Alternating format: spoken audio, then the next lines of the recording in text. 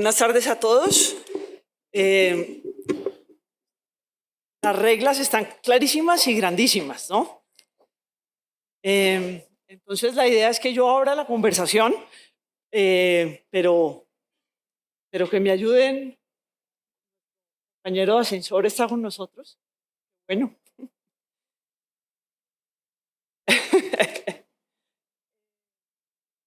Pues la idea es tener una conversación y yo quiero arrancar por lo siguiente. Marce, muchas gracias. Y les voy a contar mi primera preocupación. Mi primera preocupación es que no es lo mismo. Siempre que pensamos en autonomía, pensamos en responsabilidad y pensamos en presupuesto, ¿cierto? Pensamos, pero tenemos que tener la posibilidad de ejercer esa autonomía. Y para eso necesitamos unos mínimos de seguridad y unos mínimos de capacidad y unos mínimos de respeto a las reglas del juego y poder exigir el respeto a esas reglas del juego. Y esas tres cosas me preocupan mucho cuando hablamos en términos generales de Estado abierto de la misma manera en Soacha y en Chía, pero en Tumaco o en López de Micay, ¿no? No estamos hablando de los mismos escenarios. Entonces, no sé quién arranca. ¿Andrés? Sí, bien. Es que estoy de acuerdo con el planteamiento y entonces estaba tratando de ver qué más le agregaba, porque uno de los temas más importantes en el marco de esta reflexión que distintos actores políticos, sociales, académicos y en general la ciudadanía podemos hacer en estos temas es cómo acercamos más todo esto que pretendemos hacer a las realidades de cada una de las poblaciones y de los territorios. Yo creo que pareciera que hubo como una época en la cual teníamos el menú que podía funcionar para todo y se firma, se divulga y se cumple, ¿no? Pero, o sea, yo creo que estamos ya en un momento en el que podemos muchas de estas cosas, como lo planteaba Marce, poderlas aterrizar a cómo se entienden y cómo se viabilizan en cada uno de los contextos, atendiendo unas problemáticas distintas. Entonces yo creo que la importancia, entre otras cosas, de pensar en un Estado abierto es dar esa posibilidad y, entre otras cosas, de la mano, como se ha planteado, digamos, en este trabajo de Estado abierto, de una construcción conjunta entre ciudadanía y Estado. Y yo creo que ahí tenemos una gran oportunidad. Lo dejo ahí como para arrancar. Sí, bueno, pues de verdad mil y mil gracias por esta invitación y como que es un tema que llega al corazón y que debe ser una prioridad. Yo quiero hacer un mínimo reconocimiento antes de empezar, Paca, si me lo permites, porque creo que esta misión de descentralización ha hecho un trabajo realmente admirable. Le he hecho seguimiento antes de este nuevo puesto que tengo. Y creo que tenemos que acogerlo de manera profunda desde una voluntad política, porque ha faltado voluntad política para desarrollar básicamente el artículo primero de la Constitución Política de Colombia. Y acá hay dos cosas antes de responder a la pregunta, Paca, que me parece que son fundamentales, y es, usted tiene que cambiar la órbita bajo la cual gira Colombia. Colombia ha girado alrededor de unos 300 funcionarios que habitan el edificio exactamente al frente. Y eso no está mal, ¿sí? Y no está mal que existan esos funcionarios y funcionarias que además yo admiro genuinamente. Pero lo que tienen que hacer esos funcionarios y funcionarias de allá es orbitar alrededor de Timbiquí, de Tumaco, de Chía, de Cota. Es decir, que la realidad territorial sea la que mande la parada. Eso se llama un giro copernicano. Porque antes la Tierra era el centro del universo, la 26,13 ha sido el centro del universo, y uno da un giro copernicano, ¿cierto? Y entonces pone la Tierra a girar alrededor del Sol y pone a Colombia a girar alrededor de los territorios. Y eso no es normal. Eso suena lindo, pero eso requiere repensar una institucionalidad, repensar una forma de hacer política y repensar una forma de tratar las relaciones con los territorios y con las poblaciones. Diego, sí. ¿puedo hacer una interpelación? Sí. Qué pena, señor viceministro, yo diciéndole Diego así de... No, dime Diego, por favor, Paca. Pero para eso se necesita justamente voluntad política. Sí. Y casi toda la propuesta está montada sobre la necesidad de contar con esa voluntad política, porque ese giro requiere una reformulación de normas, pero también de políticas públicas. ¿Cómo está eso? Sí, yo creo que ahí hay, digamos, tres cosas. Una, que hay que hacerla en términos concretos, y es que este país no se puede pensar a la luz de solo sectores, como lo sugiere la misión, sino que tiene que girar alrededor de un enfoque de poblaciones, pero sobre todo territorial y de territorios. Yo ya estoy cansado, Paca, y yo creo que tú lo has vivido, y Andrés, y todos y todas acá, y es que entonces mis compañeros de los ministerios, cuando se sientan en Neiva, pero también cuando estamos en Samaniego, empiezan a decir, he hecho esto, este sector ha hecho esto, y se divide por sectores, pero no se gira alrededor de un problema territorial, y nosotros cómo sumamos alrededor de ese tema.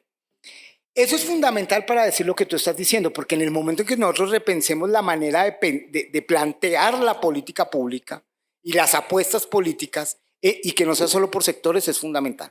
Pero decisiones también, y aquí voy a hacer cuñas, qué pena. Decisiones políticas es esa misión de observación que nosotros tenemos que escuchar, que nosotros tenemos que implementar. Y acá hay un sablazo cariñoso, pero no solo desde la ley, creo yo. O sea, las reformas legales son fundamentales, pero acá nosotros tenemos un reto de transformación cultural, incluyendo nosotros los servidores y servidoras públicas, pero también de decisión política. Ustedes hablaban de la contratación, de cómo se empodera a la ciudadanía, lo estaban terminando ahí, de cómo se hace la participación. Pues bien, nosotros lo que tenemos que hacer, y es lo que estoy diciendo, en ese sistema nacional de participación, pero también en esos sistemas territoriales de participación y de planeación participativa, pues tiene que hacerse con la gente y con la ciudadanía, y eso es una decisión política, no contratando una consultoría o qué sé yo. Y lo segundo es las alianzas público-populares, Paca. Si nosotros logramos desarrollar las alianzas público-populares, las sacamos del estadio a la luz de una arista, y es que el territorio y la gente de base logra formarse en contratación, en construcción de bienes públicos. Eso alimenta la veeduría, y además ya se ha hecho. Y empiezo a contestar tu pregunta, y ya se ha hecho en Bogotá con una cosa que tú hiciste, pues que tú acompañaste y que conoces muy bien, que son obras con saldo pedagógico.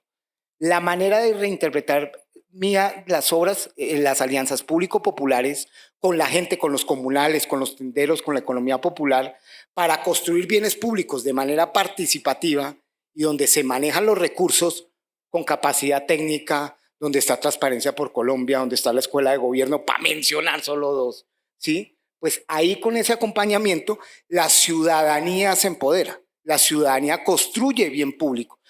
Y ahí tú haces una transformación territorial, que es la apuesta que dice esta misión. Entonces esa decisión política es con acciones, es decir, realmente haciendo las cosas y yéndose a las autoridades territoriales. Ahí nosotros tenemos un reto, y termino con esto, y es desde el gobierno central creerse el cuento del tema territorial. Entonces las autoridades territoriales, los alcaldes y las gobernaciones, pero también los comunales, las organizaciones de mujeres, las organizaciones de la sociedad civil, los jóvenes, pero también los que están en la economía popular, los tenderos. Todas esas expresiones campesinas que todas las organizaciones que estoy mencionando hacen parte de este viceministerio, que también se les dé una contratación confiando en que no se la van a malgastar o no se la van a robar. ¿Y cómo es eso? Primero, el argumento que daba Marcela. Es que eso, si usted le da al territorio, eso se lo roban. Y es que acá en Bogotá no lo hemos robado. Eso no quiere decir que vayamos a permitir que se lo roben. Pero si uno lo sabe hacer, logra generar esas capacidades en Timbiquí, en Ovejas, pero también en Chía, en Zipaquirá. Porque terminando con esto, las obras con saldo pedagógico se hicieron en Usaquén, pero también se hicieron en Usme Rural, se hicieron en Sumapaz. Muchas gracias, Diego. Arley Cañas, que además de ser miembro de la misión, creo que es vocero de la mesa permanente de concertación. ¿Qué opina de esta discusión en relación con la necesidad de mostrar la voluntad política en los ajustes normativos, en la descentralización de fondos de la que hablaba Marcela, en buscar la posibilidad de incentivos para la participación. Cuéntenos. Vale, un saludo especial para todos los que nos acompañan de manera presencial, igualmente para los que en las redes nos siguen, y gracias por la invitación. No sé si me salga de la pregunta, pero si el Estado colombiano fuera abierto y participativo, no estuviéramos en el piso 30 del Tequendama y dependiéramos de las decisiones del piso 32 del DNP. Luego ahí ya hay una respuesta, ¿cierto? Luego, escuchando la exposición de la doctora que precedió a la mesa, en esta mesa incómoda, tan centralizada en el escenario, pues ya hay respuestas al respecto, ¿cierto? Podríamos seguir reivindicando, diciendo y contando la historia de los pueblos indígenas en Colombia, que es a quienes represento en el marco de la MPC, de la Mesa Permanente de Concertación. Luego y cuando nos sentamos en la misión dijimos, pues bueno, nos han obligado a tomar vías de hecho, nos abren un espacio para dialogar y dialoguemos. Y nos sentamos y me dieron el reto más complicado, pensarse en conjunto con el país la descentralización que llaman afuera y que para nosotros es autonomía y libre determinación. Igualmente, doctora Zuleta y Paca, la doctora no vino, Paca. Vice Cancino y el compañero o doctor Andrés Hernández, ¿no? Me estaba olvidando saludar, es que son muy importantes, no recuerdo los nombres. Yo creo que antes de mirar por dónde caminar tenemos que comprender si nos olvidó el camino. Y para no contarles lo que somos, pues, porque no nos van a entender, y luego ahí sí se nos vuelve complicado. La misión de descentralización tiene un reto. Tiene un reto porque no se ha cerrado formalmente. Y es entender la Constitución Política del 91 en sus máximas expresiones. Es irradiar lo que significa la Constituyente del 91 en sus máximas formas de materializar los derechos. La Constitución del 91 hizo un pacto social y político, donde aceptó que habíamos unos indios que vivíamos en Colombia y donde los indios aceptamos que hay otras expresiones y formas de vida diferentes a las amerindias, a las que veníamos gobernando nuestros territorios antes de 1492. Pero contarles de 1492 hasta hoy, 2 de abril del 24, pues puede tardar y tomar mucho tiempo y podría llorar demasiado. La idea no es esa, ¿cierto? La idea es que podamos avanzar. Entonces la misión tiene que concentrarse, más allá de las formas de poder decirlas diferentes, en materializar, en garantizar, en cumplir simplemente la Constitución. Y la Constitución dice que este país es pluridiverso. Entonces la puja y la lucha es entre lo pluridiverso que somos en los territorios, tanto cultural, territorial, ambiental, social, y una forma de pensarse el territorio o la nación de manera uniforme. Los territorios para la nación son simplemente formatos de evaluación. Cómo el DNP evalúa a través de sus formas de evaluar, cómo los sistemas de regalías se vuelven también una forma de controlar y evaluar los recursos que llegan al territorio, pero no está desarrollando el mandato constitucional de la autonomía, de respetar esa forma de vivir el territorio. Si no respetamos las maneras de pensarse el territorio, va a quedar complicado poder llegar a acuerdos. Quizás llegaremos a acuerdos formales, pero de nada va a servir, ¿cierto? Y el indio siempre la embarra, doctora, porque se sale del formato y pues a su respuesta, y ustedes sabían que hay unas reglas. Esta es la constitución de la mesa, pero la constitución es mayor que a la mesa. Entonces toca hablar al respecto.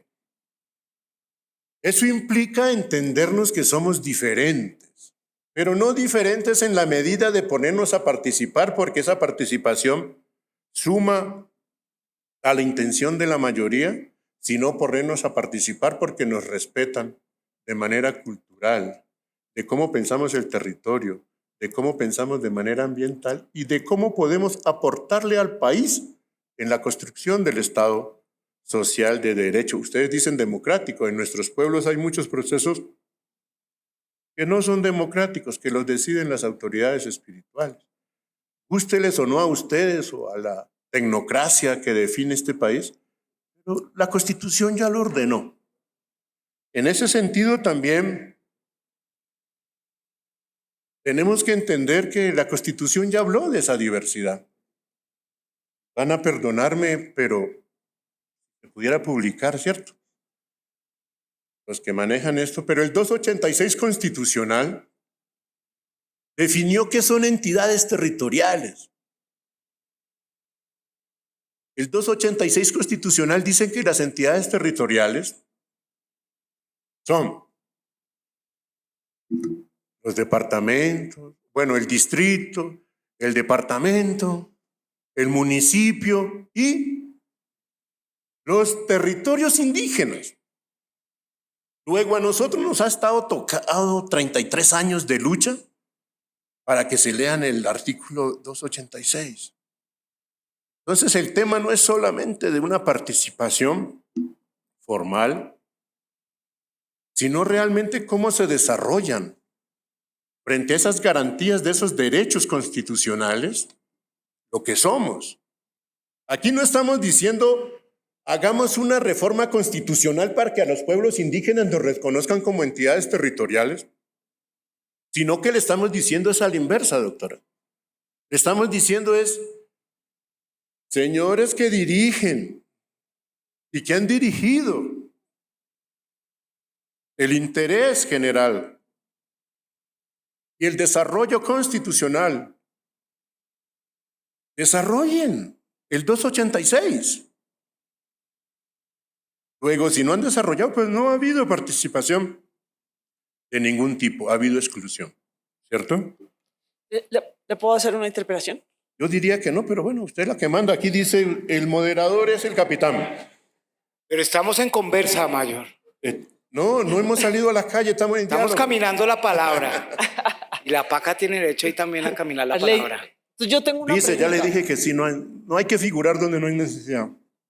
Para mí está clarísimo, el 286 lo tiene claro y por eso mi pregunta al vice era, bueno, ¿y cuál es la voluntad política de ir más allá de, digamos, de reconocer que existe el 286, pero pensar en los ajustes normativos, en la descentralización de los fondos, en los mecanismos de participación para todos los territorios?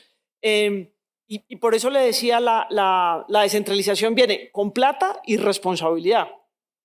Con ambas cosas, ¿no? Obviamente participación, pero con plata y responsabilidad. ¿Y cuál es finalmente la voluntad política para eso? Y de paso hay que pensar cuál es la estrategia para implementarlo. La misión tiene una serie de recomendaciones, pero ¿qué pasa después de las recomendaciones? ¿Cuál es la estrategia para poner todo eso en la marcha? Claro que sí. Si tuviesen el tiempo y quedarse 3 días y 3 noches para que nosotros pudiésemos desarrollar la propuesta que se entregó formalmente de parte de los 115 pueblos indígenas a la misión, lo haríamos. Nosotros, y en la responsabilidad que me mandataron, lo hicimos. Presentamos una propuesta constitucional, en el marco constitucional, con las diferencias que tenemos en todos los territorios de los pueblos indígenas, y les dijimos, mira, en el marco constitucional estos somos. De acuerdo a ese marco constitucional y nuestros mandatos internos que van en el marco constitucional, esto buscamos, así nos pensamos. El asunto ahorita no es simplemente de que no hayan desarrollado el gobierno actual. Esto es una deuda casi de república, más de 200 años. En la Constitución del 91 pactamos y creímos que se iba a desarrollar. Hasta ahora no se ha materializado. Luego el tema, más allá de incluirnos discursivamente, el reto está es cómo operativamente lo hacemos. En el discurso nos han incluido no solo el ejercicio actual, los anteriores también. El punto es cómo el primer paso para respetar ese mandato constitucional y construirnos dentro de la diferencia, escuchamos, pero más allá de escucharnos, ¿cómo materializamos? ¿Cómo lo hacemos? En nuestros pueblos y nuestros abuelos nos dan un mandato y dicen, la Constitución es divina, es un poema, pero es cómo le damos aire de vida, cómo le damos vida propia a esa Constitución, cómo le damos desarrollo, cómo reconocemos lo que ya está mandatado y no discutimos forma sino fondo. Este señor es el viceministro y le toca coger estas recomendaciones y empezar a pensar cómo las implementa. ¿Usted qué le diría? ¿Cómo implementar eso? ¿Cómo empezar a trabajar en esa línea? Usted sabe que las ventanas de oportunidad en la vida, pero sobre todo en la política, son chiquitas. Y esta hay que aprovecharla. La vida es una sola, ¿cierto? Hay que aprovechar la ventanita, ¿cierto? Hombre, si de él dependiera, creo que lo podría hacer en 2 sesiones que he estado sentado con él. Pero esto es un tema de mandato del Estado social de derecho. No es solo del vice. No, pero hay una misión y hay unas recomendaciones. Y digamos, de lo que estamos hablando es de esas recomendaciones y de cómo ponerlas en práctica, ¿no? Si lean la propuesta que presentó el movimiento indígena colombiano. Pero más allá que se lean, que se avancen los trámites, porque el reto del movimiento indígena colombiano fue ponernos de acuerdo entre 115 pueblos, entre la diversidad. Toteamos la Constitución, buscamos otros mecanismos diferentes a los que creemos en un marco por fuera de la Constitución vigente, o caminamos en la Constitución vigente y exigimos que materialmente se logre lo que está planteado en la Constitución. Doctor Cancino, usted también puede volverse el portavoz. Desarrollemos y avancemos, pero no solo en el discurso de la diversidad o de lo pluridiverso que es el Estado colombiano, sino en la materialización. Arley. Sí, ahí hay una cosa que se decía y yo creo que, digamos, la normatividad y la institucionalidad, pero sobre todo nuestra cultura institucional al interior al menos de las entidades del gobierno, no son audaces y no hay una innovación como se planteaba acá, como un capítulo y como un enfoque. Y dentro de esa innovación es lo que usted me está invitando.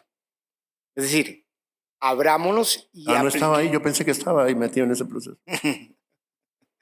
Y abrámonos y empecemos a aplicar, y además no solo a aplicar las recomendaciones que ustedes hacen para ustedes mismos, sino que muchas de las recomendaciones que ustedes hacen no solo se aplican para ustedes mismos, sino que se pueden universalizar o generalizar para otros asuntos. Pero yo creo que también hay que hacer, digamos, una serie de cosas que yo me he estado como devanando las cabezas sobre esto. La viabilidad legal, dado los tiempos que tenemos en este momento, de muchos de los aspectos, soy sincero, no la veo tan clara. Lo que yo haría es generar una priorización de cuáles son esos puntos críticos, esa acupuntura legal que tenemos que dar, a ver dónde tocamos para transformar asuntos fundamentales, en términos de información pública, en términos de participación, en términos de institucionalidad. Pero yo diría que tenemos que hacer acupuntura e irnos con una estrategia muy contundente para impactar ahí. Pero hay una cosa que me parece que aquí llaman gestión pública territorial, creo que la llaman Sí. exacto. Entonces, como yo tengo este rayonazo mocusiano, yo pienso en gestión pública admirable y territorial, ¿sí? Entonces, Liliana Caballero como que entró en mis vísceras. Entonces, gestión pública admirable y territorial. ¿Eso qué quiere decir? Que la gestión pública no solo depende de las leyes, sino que es territorial a la luz de lo que nos está diciendo Arley, ¿cierto? Pero también es una gestión pública donde los servidores públicos transforman radicalmente sus prácticas. Y eso es fundamental para desarrollar como mecanismo todas las apuestas que hay acá. Pero lo otro que también lo quiero decir es, aquí necesitamos hacer una transformación cultural. Y Arley, de eso ustedes sí que saben. Es decir, las normas sociales, las normas culturales, los tabús que existen alrededor de ustedes, nosotros los trabajamos de manera muy trivial.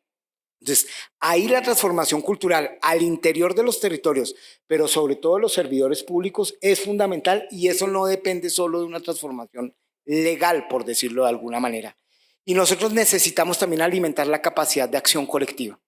De acción colectiva para cuidar los recursos públicos, de acción colectiva para liberar los datos, de acción colectiva para profundizar la participación y de acción colectiva para asumir que la gestión pública es un ejercicio de cooperación y de confianza. Y eso no es claro en este momento. Uno desde afuera ve una cantidad de cosas, pero cuando uno está adentro, llevo muy poco, la capacidad de cooperación hay que alimentarla y este viceministerio vino al mundo básicamente a alimentar esa cooperación. Entonces yo diría que hay que ver cuál es la acupuntura legal, cuáles son los puntos claves que son tramitables y además viables.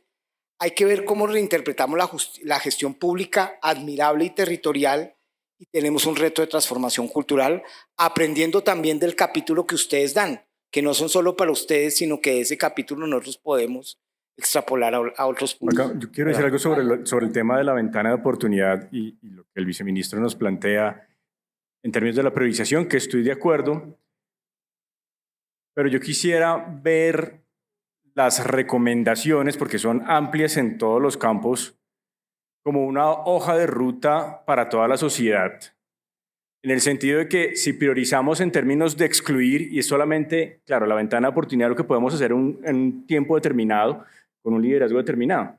Pero yo creo que gran parte de este tema tan pendiente que venimos hablando desde hace 30 años o más alrededor de la descentralización, unas palabras muy profundas que yo creo que incluso desbordan el tema de descentralización, que es autonomía. A mí la autonomía me parece una cosa que va incluso más allá de decir descentralizo, como que yo tengo el poder y entonces se lo entrego a alguien. La autonomía es una cosa mucho más amplia.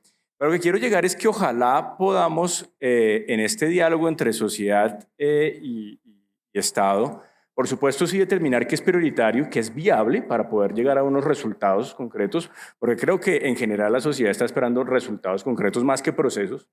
Pero lo otro es que en la sociedad también nos quedemos con la responsabilidad de que esto sea una hoja de ruta casi que de mediano o largo plazo.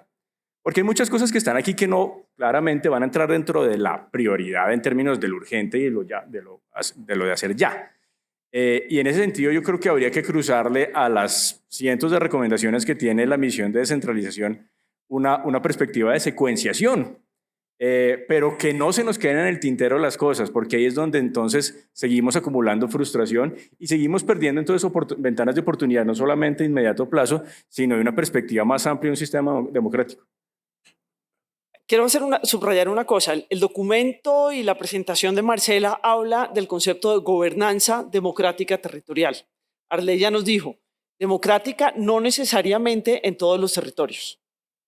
Porque si estamos hablando de algunos territorios, tenemos que pensar en esa diferenciación, que es la forma de tomar decisiones. Eso no quiere decir que no haya respeto a las reglas básicas de la democracia en el sentido de las elecciones, por decirlo de alguna manera, pero ahí hay una diferencia.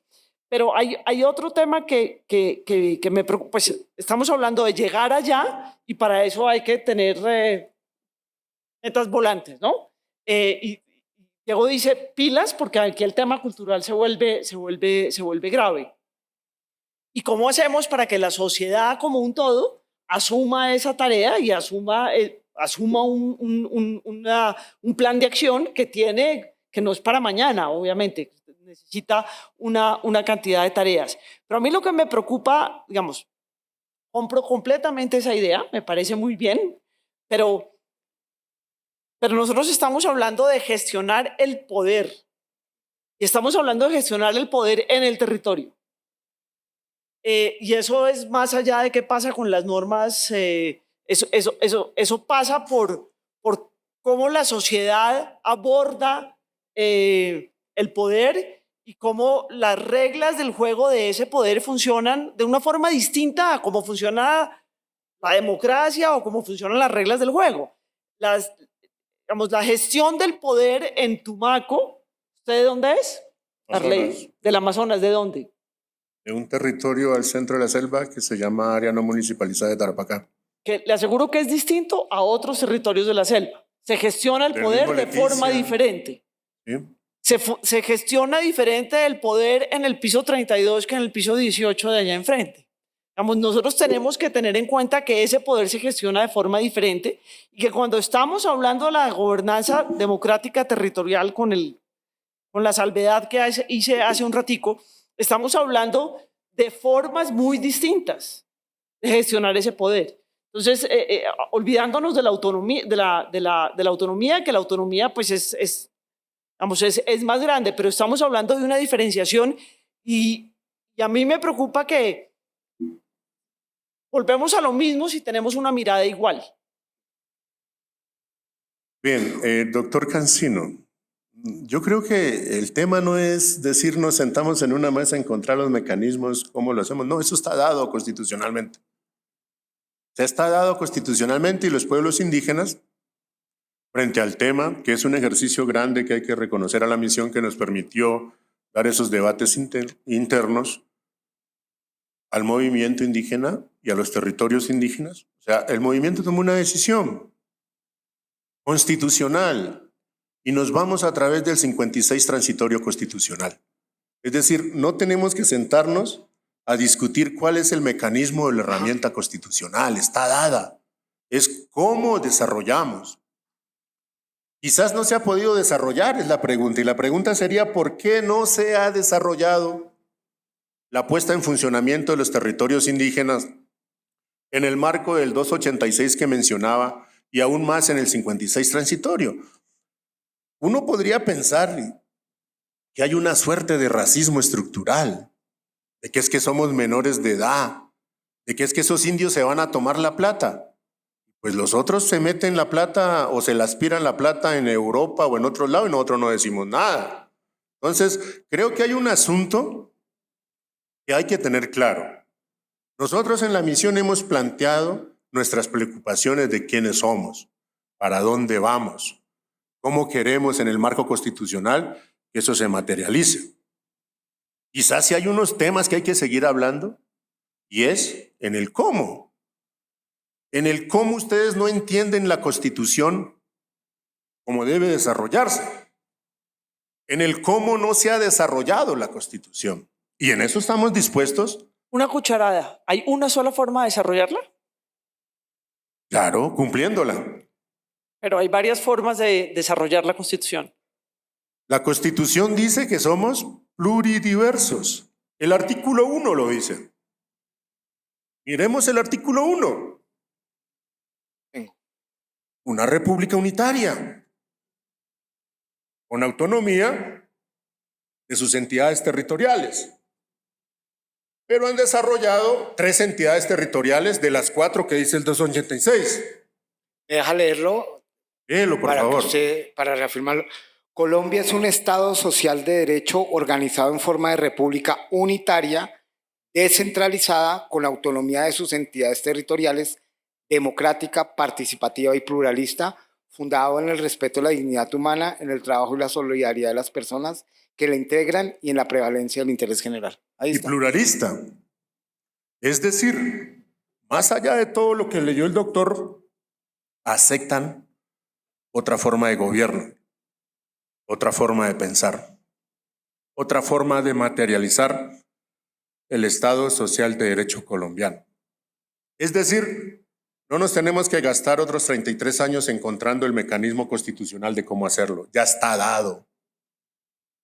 Encontrémonos el cómo. El cómo no le gusta Hacienda. El cómo no le gusta al DNP. El cómo no le gusta al Ministerio del Interior. El cómo no le gusta Presidencia. ¿Cuál es el cómo? ¿Cómo no le gusta a la Federación de Municipios ¿Cuál? o de gobernadores o a socapitales? Pero ¿por qué no nos hablemos. cuenta cuál es el cómo que no les gusta? A ellos tenemos que hablarlo. Hoy no nos alcanza, pero si podemos amanecer, lo hacemos. Pero denos una idea de cuál es ese cómo. Respetemos la Constitución. Hemos llamado Partimos de esa base. como pueblos indígenas, no solo nos estamos pensando a nosotros como territorios indígenas, incluso nos hemos pensado. Hoy escuché y aprendí algo que habían como 1054, decía un alcalde que estuvo acá hace rato en la mañana. Yo tenía la idea que era como 900 algo de quinto y cuarta categoría. ¿Cuántos años llevan? No han podido salir del atolladero. Desde la mirada de los pueblos indígenas hemos dicho que tienen que haber principios en esas competencias de voluntariedad y progresividad. Si les van a poner toda la carga a los municipios, los van a volver más pobres, y está comprobado. Eso debería ser progresivo. En la medida que cada territorio pueda manejar educación, salud, medio ambiente y todo, podrían recibir esas cargas del nivel nacional. De lo contrario, se van a volver más pobres de lo que está y la brecha social va a ser más grande. Luego, el cuento de la paz no va a funcionar. El tema de la ficción jurídica de la nación, si sigue manejando más del 70% del presupuesto de las riquezas que generan los territorios, no vamos a resolverlo. Tenemos que generar capacidad y potencialidad de generar riqueza desde los territorios. Así esa riqueza algunos lo vean desde el tema capitalista, así nosotros lo veamos también del tema de la potencialidad de la vida de nuestros territorios. Estamos en crisis en Bogotá. Cuando no salen los mandaron a no bañarse o bañarse entre dos. Eso es un efecto y eso da un indicador negativo de que la metodología para pensarse el país en términos de gobernabilidad falló. Es decir, si continuamos desde la misión de descentralización o desde el Congreso o desde cualquier mecanismo, pensándonos transformar el país bajo la misma metodología, vamos a repetir los mismos errores. Hay que encontrar la transformación en la forma metodológica de hacerlo diferente. Y aquí debe ser la prioridad, la vida. Pero no solo la vida humana, sino en todas sus expresiones. Luego entonces, no estamos los pueblos indígenas diciendo, recítenos la Constitución, la sabemos. El mecanismo constitucional ya existe. Hay 33 años de negación para el desarrollo de eso. Muchas gracias. Yo tengo una pregunta, y es que a mí me preocupa la calidad de lo que podamos hacer en términos de participación y en términos de democracia y en términos de gobernanza, cuando la disputa por el poder pasa por grupos ilegales, por el clientelismo y por otras formas, digámoslo así, impropias de la gestión del poder. Y ahí, ¿puedo agregar una de esas? Una reforma política. La estructura política colapsó, es un cómo. El sistema político que tenemos, si lo tenemos intacto a la luz de estos planteamientos y recomendaciones que estamos haciendo, no hablan. Entonces yo a la violencia, a la inseguridad, a las comunidades ilegales le pongo un sistema político que está colapsado, cada vez más deslegítimo, con poca credibilidad, y es una variable que es como el elefante en la sala, ¿no? Y al final es eso, el sistema político es cómo gestionamos, repartimos el poder y cómo decidimos, incluyendo consideraciones muy profundas de autonomía. Es que la autonomía yo creo que tiene que ver con el cómo, pero tiene que ver con el qué es lo que cada territorio quiere lograr y cuáles son las metas que se propone desde su propia naturaleza, desde su propia educación. Y eso pareciera que con el sistema político que tenemos no habla, no conecta. Y echo cuñas e invito, aprovecho estas discusiones no solo para plantear deliberación, sino cómo hacemos acción colectiva desde donde estamos parados. digamos, yo entiendo la pregunta de la PACA y entiendo, digamos, lo que suma Andrés y es lo siguiente. Y teniendo en cuenta lo que dice Arley es lo siguiente. La gestión del poder, dice la PACA, ¿sí? Lo decías de la manera y es la gestión del poder en territorio. Y la expresión de los poderes en territorio son muy diversos y heterogéneos. Y yo vengo de entender un poquito el poder del territorio acá en Bogotá, solo en Bogotá, en términos de contratos, de expresión de contratos, que muchos son también contratos que vienen de la corrupción de carruseles del norte de este país, del municipio que está al lado, bueno, del departamento que está al lado, y eso es heterogéneo y en el país también. Y súmele a esos poderes corruptos o de familias o de clanes, ¿sí? Súmele pues toda la complejidad que estamos viviendo, crítica de las expresiones delincuenciales, que además son puntuales en términos de los mundos urbanos de este país, más los grandes clanes, más el tema de la explotación minera ilegal, que están grandes clanes criminales, pero están los pequeños mineros siendo víctimas de eso, y ahí hay expresiones territoriales muy diferentes en la Amazonía al Chocó, y eso lo entiendo. A los clanes de arriba de Géneco, pero también, digamos, los que están en Putumayo o en otras regiones. Eso hay que tenerlo en cuenta, pero eso no es una razón suficiente a mi modo de ver, y esto no es irresponsable lo que estoy diciendo para decir la participación no puede tener calidad. No podemos alimentar la participación, hay que hacerlo de manera responsable, pero ahí la participación más que nunca es cuando tiene que inundar este país para construir una visión del territorio, para construir confianza y para armar. Las mayores expresiones de construcción de paz en la historia de Colombia han sido desde la participación en territorios tomados por paramilitares, por guerrilleros y en algunas ocasiones por la fuerza pública. San José de Apartado es una expresión de eso. Es decir, yo estoy diciendo que repliquemos San José de Apartado, no, pero ahí tenemos lecciones aprendidas. Vengo del sur de Bolívar y se me eriza el pelo. El Programa de Desarrollo y Paz del Magdalena Medio, que fue Premio Nacional de Paz, ahí hubo participación, discusión, sobre todo de las mujeres además, de los campesinos. Y acá hay una cosa que quiero invitar, y de las asociatividades. Acá las asociatividades para generar ese poder territorial son fundamentales, porque las asociatividades que se empalman muy bien con la idea fundamental de la misión de descentralización trascienden los municipios, pueden trascender las gobernaciones y anclarse en el territorio desde asociatividades de ciudadanías comerciales, pero también asociatividades intermunicipales. Y ahí ya hay un poder colectivo que puede contener todo este tema que estamos viviendo, y ese es un mecanismo real que está en la Constitución y que profundiza la territorialización. Voy a poner un ejemplo. La Mojana. La Mojana para mí es el ejemplo de la metáfora de lo que podría ser este país si lo hacemos bien. La Mojana encarna el objetivo y el sentido del plan de desarrollo de este gobierno. La apuesta por el agua, la apuesta por la territorialización, la apuesta para que la ciudadanía sea la que jalone una visión del territorio.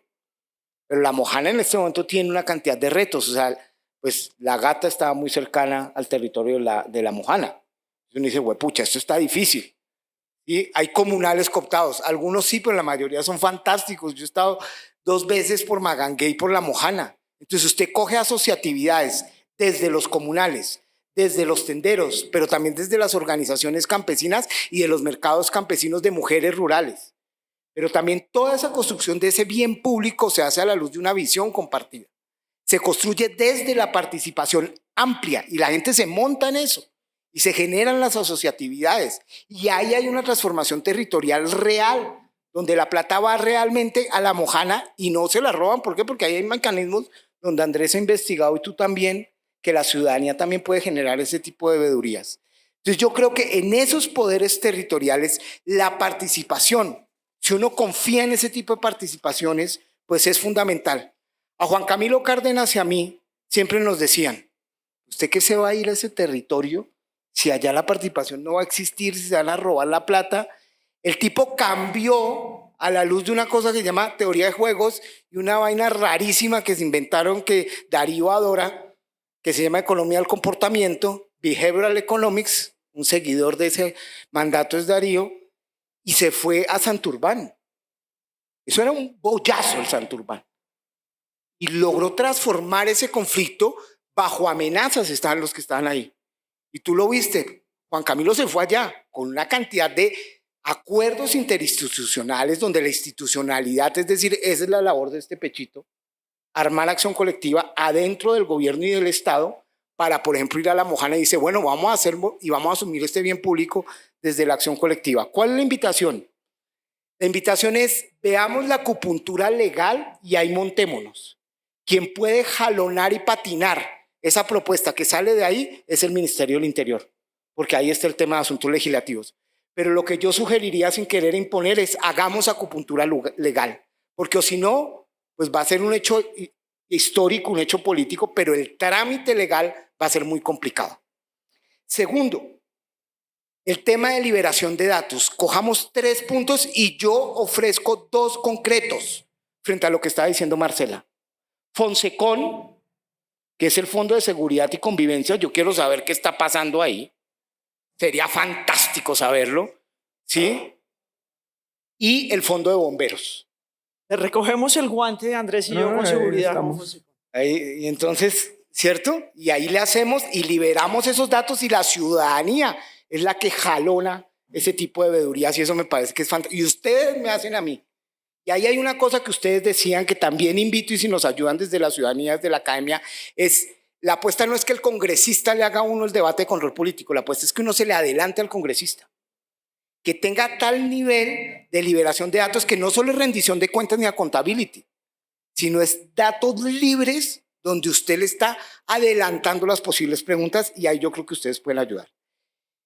Lo tercero que vale la pena, y yo creo que Marcela lo adelantó y que lo hemos charlado, es yo cada vez me pregunto más qué es participar. ¿Qué quiere decir participar para transformar?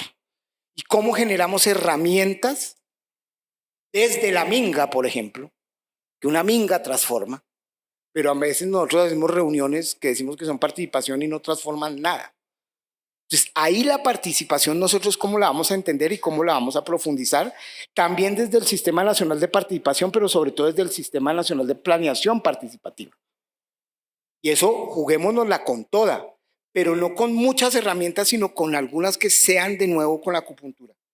Y las asociatividades. O sea, las asociatividades ahí se puede fortalecer la transformación territorial, los recursos se pueden generar y se pueden dar, no salen desde acá, como usted dice, ¿sí?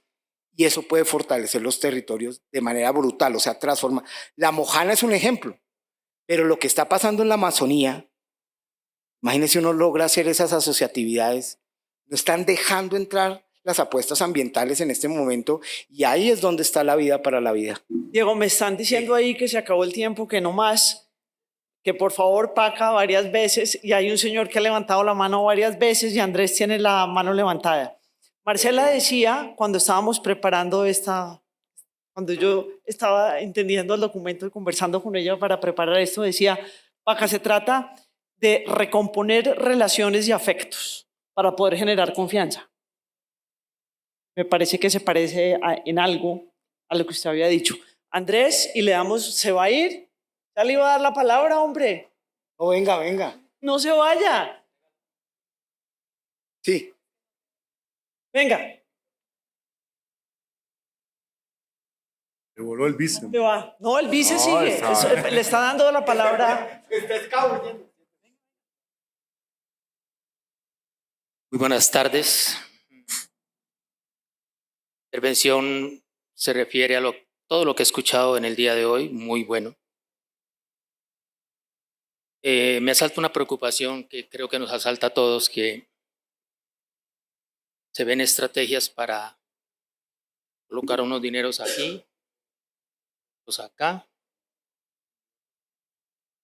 a nivel nacional, departamental, municipal. La preocupación es que ahora están armando un cuento FESET para que lo reciban los departamentos. Excelente.